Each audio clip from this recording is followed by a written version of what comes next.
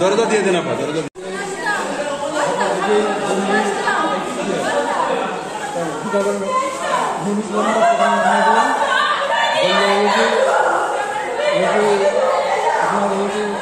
রক্ত শূন্যতা, তবে রাত্রে খুব পায়খানা ছিল এবং ছিল। সকালবেলা হসপিটাল নিয়ে আসলাম, হসপিটালকে সিলাম টেলাম দেওয়া হলো। দুপুর পর বাগান করা। মায়ের বয়স 80 বছর।